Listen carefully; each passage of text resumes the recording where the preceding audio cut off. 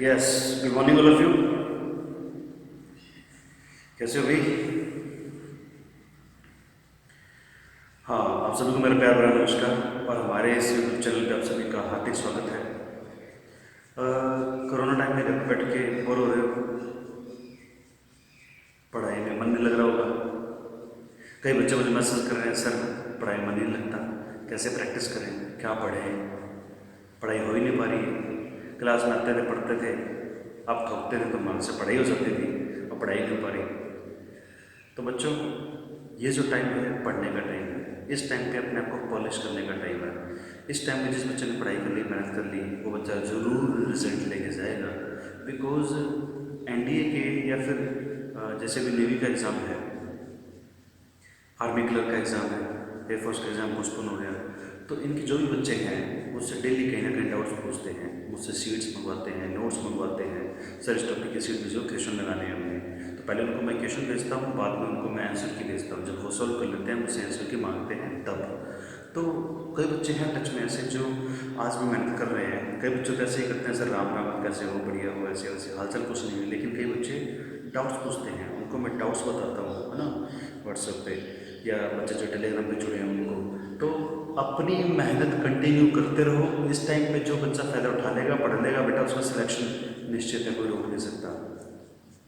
क्योंकि अभी नेवी और एयरफोर्स का और आर्मी का तीनों का एग्जाम होने वाला है, जिसमें इंग्लिश आती है। और बच्चे डाउट्स पूछ रहे हैं मुझसे कंटिन्यू, सीट्स मांग रहे हैं, नोट्स मांग रहे हैं, मैं उनको भेज भी रहा हूँ। तो आपको जो भी जरूरत हो, जिस टाइप के नोट्स चाहिए वो मांगते रहो, पढ़ते रहो, मेहनत करते रहो। मेरा कहने का मेन मुद्दा बेटा ये है कि इस टाइम जो बच्चा मेहनत कर रहा है वो मेहनत बहुत काम आने वाली है। मुझे पता है ये चीज़, क्योंकि क्लासेस जब चल रही होंगी बच्चे तब पढ़ेंगे, ये मुझे पता है, तब तो हर कोई पढ़ेगा। लेकिन जैसे लॉकडाउन खुलेगा और तुरंत एग्ज़ाम होने वाले हैं, तो जैसे एग्ज़ाम होंगे बेटा, उस टाइम पे पढ़ने का टाइम नहीं मिलेगा, क्योंकि लॉकडाउन खुला और एग्ज़ाम हुआ। तो आपके पास जो टाइम है वो बहुत ही अच्छा है इस टाइम पढ़ने वाला। तो जो पढ़ने वाले बच्चे हैं वो पढ़ भी रहे हैं, मुझसे नोट्स मांग भी रहे हैं, मेहनत भी कर रहे हैं, और उनको मैं सीट्स दे भी रहा हूँ। खैर, तो अपनी मेहनत करते रहो। सॉरी, हमारे इस यूट्यूब चैनल पे सिंटैक्स टॉपिक चल रहा है, यानी कि subject verb agreement, chapter number 1, lecture number 5 अपने को करना है आज। जो बच्चे इस लेक्चर में आज फर्स्ट टाइम जुड़े हैं, पहली बार जुड़े हैं, तो वो बच्चे पिछले 4 लेक्चर्स देखते रहें ताकि आगे दिक्कत ना आए। और अपना जो लेक्चर है ये वाला बच्चों, लेक्चर नंबर 5, इसको आज अपने कंटिन्यू करते हैं। तो लेक्चर नंबर जो अपना 5 है, इसमें सिंटेक्स के अंदर कंसेप्ट नंबर 3 एप्लीकेबल है, यानी कि मैं इसको कंसेप्ट नंबर 3 या लेक्चर नंबर 5 नाम दे रहा हूँ। इससे पहले 2 कंसेप्ट हो गए हैं, यानी कि लेक्चर 4 हो चुके हैं। तो जो बच्चे न्यू हैं पिछले 4 लेक्चर को देखें, समझें और चैनल को सब्सक्राइब करें, लाइक करें, शेयर करें। खैर, मेरे पास कोई टाइम नहीं होता इतना कि मैं ज़्यादा वीडियो को शेयर कर पाऊँ। अब आपको वैसे फ्री हो, वैसे तो अपने ब्लॉग भी काम है, तो बिजनेस भी होते हैं, काम भी होते हैं, खाली नहीं बैठ सकते। क्योंकि अगर खाली बैठ गए तो खाली दिमाग शैतान का है ना। तो अपनी मेहनत को कंटिन्यू रखो, अपने पढ़ाई करते रहो, आप भी टाइम वेस्ट ना करो और इस टाइम का पूरा फायदा उठाओ। तो चलते हैं अपना कंसेप्ट नंबर 3 और लेक्चर नंबर 5 की तरफ। आज अपना लेक्चर नंबर 5 है, इसको कंटिन्यू करते हैं और देखते हैं इसको। देखिए, कंसेप्ट नंबर 2 यानी कि लेक्चर नंबर 4 के अंदर हमने बात की थी 19 वर्ड्स के बारे में, 19 वर्ड के बारे में। वहाँ पे 19 वर्ड का काम था 2 सब्जेक्ट को जोड़ने का। वहाँ पे हमने ये पढ़ा था कि 2 सब्जेक्ट मिलेंगे अपने को, सब्जेक्ट नंबर 1 और सब्जेक्ट नंबर 2। इनको जोड़ने के लिए अपनों ने लेक्चर नंबर 4 में 19 वर्ड का यूज किया। 19 वर्ड एक साथ ऐसे करना मुश्किल, तो मैंने क्या किया, 7 + 5 + 5 + 1 + 1 में डिवाइड कर दिया। 19 वर्ड एक साथ याद करना मुश्किल थे, तो मैंने उसको 19 को 7 5 5 1 1 में डिवाइड कर दिया, क्योंकि सातों में सातों सिनोनिम थे। अगले 5 वर्ड भी सेम मीनिंग दे रहे हैं और उससे अगले 5 वर्ड भी सेम वर्ड दे रहे हैं, और एक एक वर्ड अलग था तो अलग लिख लिए। तो 19 वर्ड को याद करने का तरीका भी बता दिया और साथ में वो सिनोनिम भी आ गए। लेक्चर नंबर 4 में अपने पढ़ चुके हैं। तो वहाँ पे लेक्चर नंबर 4 के अंदर 19 वर्ड का काम था 2 सब्जेक्ट को जोड़ने का। तो वहाँ पे उन्होंने देखा था कि सेंटेंस में एरर बनी थी वर्ब की और प्रोनाउन की। तो वर्ब और प्रोनाउन जो आए वो अपने फर्स्ट सब्जेक्ट के अकॉर्डिंग आए। तो सेंटेंस में वहाँ पे जो वर्ब और प्रोनाउन की एरर बनी थी वो सब्जेक्ट फर्स्ट के अकॉर्डिंग बनी थी कि फर्स्ट सब्जेक्ट सिंगुलर, तो verb pronoun singular, first subject plural तो वर्ब प्रोनाउन प्लूरल आना चाहिए। ये अपने लास्ट लेक्चर में 4 का पढ़ा। आज अपने को इसकी जस्ट अपोजिट बात करेंगे। आज हम बात करेंगे 6 वर्ड के बारे में। आज अपने बात करेंगे 6 वर्ड के बारे में। लास्ट क्लास में बात की थी 19 वर्ड के बारे में, आज अपने बात करनी है 6 वर्ड के बारे में। यहाँ पे जो 6 वर्ड होंगे, 6 वर्ड जो होंगे वो 6 वर्ड सेकंड सब्जेक्ट की बॉडी में होंगे। यानी कि 6 वर्ड का काम है 2 सब्जेक्ट को जोड़ने का। सेकंड सब्जेक्ट का काम देखिए, 6 वर्ड का काम है 2 सब्जेक्ट को जोड़ने का। तो जो सेंटेंस में वर्ब और प्रोनाउन की एरर बनेगी वो अपनी सेकंड सब्जेक्ट की कोडिंग बनेगी। 19 वर्ड में लास्ट लेक्चर के अंदर तो ये था कि फर्स्ट सब्जेक्ट की कोडिंग वर्ब प्रोनाउन चेंज करनी है। अभी जो अपना लेक्चर है आज का 6 वर्ड का, तो 6 वर्ड का काम है 2 सब्जेक्ट को जोड़ने का। सेंटेंस में वर्ब और प्रोनाउन की जो एरर बनने वाली है वो अपनी सेकंड की कोडिंग बनने वाली है। सेकंड सब्जेक्ट सिंगुलर तो verb pronoun singular, second subject plural तो वर्ब प्रोनाउन प्लूरल। बच्चे 6 वर्ड कौन से वो देखते हैं, ठीक है। इधर और कंजक्शन है, नीदर में नॉर कंजक्शन है, not only but also, none में बट, बोथ में एंड, और अगला है और, ओ आर, और। तो ये 6 के 6 वर्ड कंजक्शन का काम करते हैं, कंजक्शन का काम करते हैं। तो यहाँ पे कंजक्शन का जब ये काम करते हैं तो यहाँ पे कह रहा है कि इधर के साथ में और आता है, नीदर में nor, not only but also, none but, both and, और। कहता है कि फर्स्ट सब्जेक्ट यहाँ पे है, फर्स्ट सब्जेक्ट यहाँ पे है, तो सेकंड सब्जेक्ट यहाँ पे है। आपको सेकंड सब्जेक्ट बाद में मिलेगा, फर्स्ट सब्जेक्ट पहले मिलेगा। सेकंड सब्जेक्ट पहले बाद में मिलेगा, फर्स्ट सब्जेक्ट पहले मिलेगा। तो सेंटेंस के अंदर जो वर्ब और प्रोनाउन, वर्ब के और प्रोनाउन की जो एरर बनेगी वो आपकी सेकंड सब्जेक्ट की कोडिंग बनेगी। यानी कि यहाँ पे इनके बाद में जो अपने सब्जेक्ट दे रखा है उसकी कोडिंग सेंटेंस में वर्ब प्रोनाउन आनी चाहिए, तो सेकंड सब्जेक्ट की कोडिंग वर्ब प्रोनाउन आ जाएगी यहाँ पे। तो एक चीज होता है ना कि 6 के 6 वर्ड कंजक्शन है, यहाँ से टोटल 3 टाइप की एरर बनती है। ये जो 6 वर्ड कंजक्शन है यहाँ पे टोटल हम सब 3 टाइप की एरर बनती है। एक टाइप की एरर तो है सब्जेक्ट वर्ब एग्रीमेंट यानी कि सिंटैक्स की, जो अपने आज पढ़ने वाले हैं। 2 टाइप की जो एरर बचती है वो है कंजक्शन चैप्टर में से। तो कंजक्शन चैप्टर की एरर अपने पढ़ेंगे कंजक्शन चैप्टर में, जब कंजक्शन की बारी आएगी। तो कंजक्शन के अंदर पढ़ेंगे, बाकी एरर यहाँ पे अपने पढ़नी है इस टॉपिक की एरर, सब्जेक्ट वर्ब एग्रीमेंट। यानी कि सब्जेक्ट की कोडिंग वर्ब का एग्रीमेंट कैसे करवाना है, किस सब्जेक्ट की कोडिंग कौन सी वर्ब है उसके बीच में एग्रीमेंट यानी कि सहमति करवानी है। तो सेकंड सब्जेक्ट अपना वर्ब प्रोनाउन फॉलो करेगा यहाँ पे, सेकंड सब्जेक्ट की कोडिंग। तो यहाँ पे ध्यान रखना, इधर जो और का होता है जोड़ा, नोर नहीं आएगा, इधर में नोर आएगा, और नहीं आएगा, नॉट ओनली बट ऑल्सो आएगा, बट नहीं आएगा, नन में बट आएगा, बट ऑल्सो नहीं आएगा, बोथ में एंड आता है, टू या फोर नहीं आ सकता, ध्यान रखना। और अकेला है, ठीक है। छोटी छोटी बात, बड़ा छोटी सी बात और है, छोटी सी बात और है कि बोथ के साथ में एंड जानते हैं कि बोथ के साथ में एंड आता है, कंजक्शन में आपको एरर मिलेगी। कंजक्शन चैप्टर के अंदर आपको ये चीज मिल जाएगी कि बोथ के साथ में एंड आता है, एंड की जगह कुछ दे रखा है जो कि एरर है, तो ध्यान रखना कि बोथ में एंड आना चाहिए। दूसरा, बिटवीन के साथ में भी क्या आता है, एंड आता है।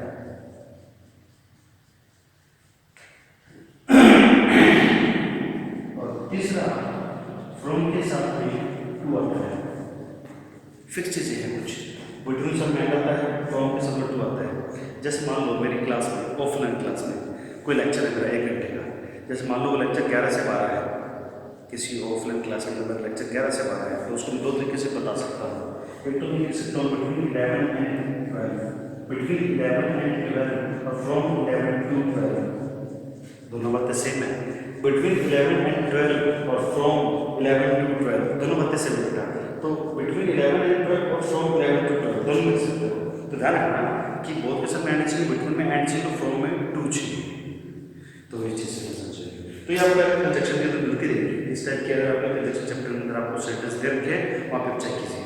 खैर कंजक्शन चैप्टर की बारी आएगी तो डिटेल में समझेंगे चीज़ों के बारे में, अभी छोटी छोटी तो हमने चेक कर ली। यहाँ पे ये जो 6 वर्ड है इनके बाद अपने कर चुके हैं, इन पर सेंटेंस चेक करते हैं बच्चों। सेंटेंस देखें, पहला सेंटेंस देखते हैं बच्चों। कहता है इधर यू और she have given approbation to this and act for your own profit.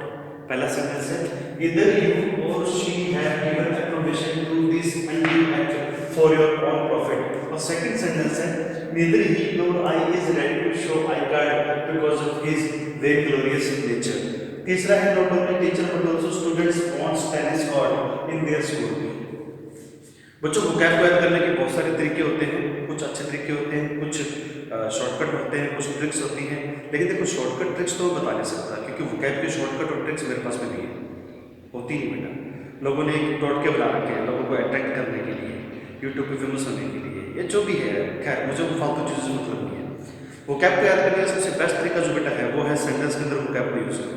वो कैब को समझो कि वो कैब का पार्ट्स ऑफ स्पीच क्या है, यानी कोई नाउन का काम कर रहा है, एडजेक्टिव काम कर रहा है सेंटेंस के अंदर, वर्ब का काम कर रहा है, किस चीज़ का काम कर रहा है, तो वो पकड़ो। दूसरा वर्ड के यूज़ समझो कि वो कहाँ यूज़ होता है, यानी कि डेली लाइफ के अंदर, रूटीन के अंदर, या किस जगह एप्लीकेबल है वो वर्ड, कहाँ उसको अप्लाई कर सकते हो, कहाँ अप्लाई नहीं कर सकते। जरूरी नहीं कि थ्योरी पढ़ना, जरूरी है कि उसका इम्प्लीमेंट क्या है, उसको अप्लाई कहाँ कर सकते हो, उसके एप्लीकेशंस क्या है। उसके अलावा वोकैब को सेंटेंस के अंदर यूज़ करो। जितना वोकैब को सेंटेंस के अंदर यूज़ करोगे उतनी वोकैब अपने दिमाग के अंदर सेट हो जाएगी, उस वर्ड को भूल नहीं सकते। लेकिन अगर आपने वोकैब को उठा के रट्टा मारा है, उसको शॉर्टकट समझिए या ट्रिक समझिए, वो कुछ टाइम तो याद रहेगी, फिर उसको ट्रिक भी भूल जाओगे, फिर उसका वो फंडामेंटल जो था वो भी भूल जाओगे। तो वोकैब को याद करने का बेटा बेस्ट तरीका होता है सेंटेंस के अंदर यूज़ करने का। तो मैंने अपना सेंटेंस के अंदर ये वोकैब को यूज़ किया है, इससे आपको डबल बेनिफिट मिलेगा कि ग्रामर की एरर तो चेक कर ही रहे हो, साथ में आपको वोकैब भी मिलेगी, ताकि वोकैब भी याद हो जाए, ग्रामर भी चेक हो जाए। और तीसरा पार्ट अपने एग्जाम में कॉम्प्रीहेंशन यानी कि पैसेज का आता है, तो पैसेज के लिए अपने को चाहिए ट्रांसलेशन हिंदी अनुवाद, तो उसका अपने ट्रांसलेशन यानी कि हिंदी अनुवाद समझेंगे, यानी कि कॉम्प्रीहेंशन समझेंगे इसका, तो चीज़ और क्लियर हो जाएगी। तो सारी चीज़ें एक साथ बेटा, स्मार्ट वर्क करने की जरूरत है, हार्ड वर्क नहीं करना। तो स्मार्ट वर्क करने की जरूरत है बेटा, हार्ड वर्क करने की जरूरत नहीं है। तो सबसे पहले तो सेंटेंस के अंदर अपने एरर समझते हैं। एरर देखिए, फर्स्ट सेंटेंस के अंदर इधर के बाद में पहला सब्जेक्ट आ गया यू, दूसरा सब्जेक्ट आ गया शी। पहला सब्जेक्ट है यू और दूसरा सब्जेक्ट है शी, तो अपने को सेकंड सब्जेक्ट के अकॉर्डिंग चलना है जो कि शी है, और शी है सिंगुलर, तो सिंगुलर के अकॉर्डिंग यहाँ पे अपने को वर्ब प्रोनाउन सिंगुलर चाहिए, क्योंकि सेकंड सब्जेक्ट सिंगुलर तो verb pronoun singular, second subject plural तो वर्ब प्रोनाउन प्लूरल आ जाएगा। तो यहाँ पे हम देख रहे हैं कि हैव तो हैव की जगह कर देंगे हैज, हैव की जगह हैज कर दोगे। उसके बाद में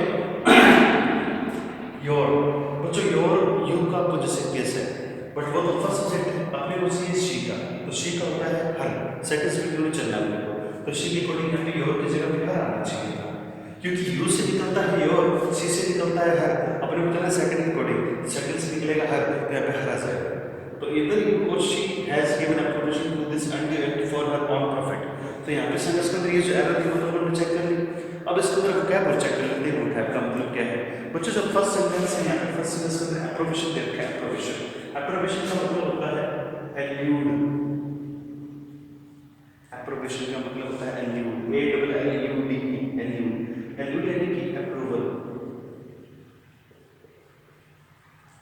अप्रूवल यानी कि परमिशन, परमिशन समझते हो ना, स्वीकृति, तो परमिशन है, स्वीकृति है, अप्रूवल है, एप्रोबेशन है, एल्यूड है, ये सारे सिनोनिम है। तो एप्रोबेशन, एल्यूड, अप्रूवल, परमिशन यानी स्वीकृति। अनड्यू यानी कि नाजायज फालतू बेतुका, अनड्यू यानी कि नाजायज फालतू बेतुका, नाजायज फालतू बेतुका। एक्ट होता है वर्क, एक्ट होता है वर्क यानी कि काम, ओन और डब्ल्यू यानी कि खुद, खुद के लिए, और प्रॉफिट होता है लाभ। तो यहाँ पे बेटा एप्रोबेशन का मतलब हमें पता लग गया, अनड्यू यानी नाजायज फालतू, एक्ट यानी कि वर्क यानी कि काम, और ओन यानी खुद। तो सेंटेंस कह रहा है कि या तो तुमने, कॉम्प्रिहेंशन समझते हैं, हिंदी अनुवाद समझते हैं बेटा, कॉम्प्रिहेंशन समझने का बेनिफिट बेटा क्या होता है। आप एग्जाम में पैसे सॉल्व कर रहे हो, TQRS सेंटेंस रीअरेंजमेंट सॉल्व कर रहे हो, क्लोज टेंस सॉल्व कर रहे हो, बेटा उनके लिए बड़ी चीज़ बेनिफिशियल है कि बूंद बूंद से घड़ा होता है। अगर आपसे एक लाइन नहीं समझ में आ पा रही तो पैसे कहाँ से करोगे। मैं कह रहा हूँ ना, बूंद बूंद से घड़ा भरता है, तो बूंद बूंद से घड़ा भरने के लिए एक एक लाइन की हिंदी बनानी पड़ेगी, तब जाके पूरा पैसे सॉल्व हो पाएगा आपसे। तो कह रहे हैं कि या तो तुमने या उसने। अच्छा, ये मतलब इसका कॉम्प्रिहेंशन क्या है कंजक्शन का, कंजक्शन का देखना, इधर उनका हिंदी अनुवाद क्या बोलोगे, इसको हिंदी में क्या बोलोगे, या तो फर्स्ट या सेकंड, नेगेटिव है इधर का नेगेटिव, ना ही फर्स्ट ना ही सेकंड, उसमें तो कह रहा है या तो फर्स्ट या सेकंड, इसमें कह रहा है ना ही फर्स्ट ना ही second. Not only but also मतलब क्या है, फर्स्ट नहीं बल्कि सेकंड भी, बाकी तो चीजें आपको पता ही है। तो बेटा यहाँ पे कह रहे हैं या तो तुमने या उसने इस फालतू के काम को स्वीकृति दे दी खुद के लाभ के लिए, खुद के प्रॉफिट के लिए, प्रॉफिट यानी कि लाभ। तो या तो तुमने या उसने इस फालतू के काम को स्वीकृति दे दी खुद के लाभ के लिए, तो वो सेंटेंस का कॉम्प्रिहेंशन हो गया। चलते हैं बेटा सेकंड सेंटेंस की तरफ। कहता है neither he nor I is ready to show I card because of his very glorious nature। यहाँ पे he जो है फर्स्ट सब्जेक्ट है, I जो है वो सेकंड सब्जेक्ट है। इसमें he जो है वो फर्स्ट सब्जेक्ट है और I जो है वो सेकंड सब्जेक्ट है। और अपने को चलना है सेकंड सब्जेक्ट के अकॉर्डिंग I के साथ बेटा कभी भी is नहीं आता, M फिक्स है वहाँ पे कि M आएगा। तो यहाँ पे भी इसकी जगह पे एक टाइम करेंगे पहले अगर वर्ब की, दूसरी प्रोनाउन की पड़ेगी। तो चेक करते हैं प्रोनाउन बेटा कहाँ पे है। देखो यहाँ पे his प्रोनाउन बेटा ये रहा his। बच्चों वहाँ पे he से निकला होगा his जो कि फर्स्ट सब्जेक्ट है। he से निकलता है his, लेकिन I से निकलता है my। ये पॉजिटिव केस है, एक का his होता है तो I का my होता है, एक का his होता है तो I का my होता है। तो यहाँ पे his की जगह पे आप क्या करते हो, my करते हो। तो neither he nor I am ready to show I can't because of my very glorious nature। अब यहाँ पे जो vocab समझने वाली है वो vocab देखना बेटा। very glorious का मतलब होता है बेटा, very glorious का मतलब snobbish। very glorious का मतलब होता है snobbish, SNOBBISH। snobbish यानी कि HAUGSTY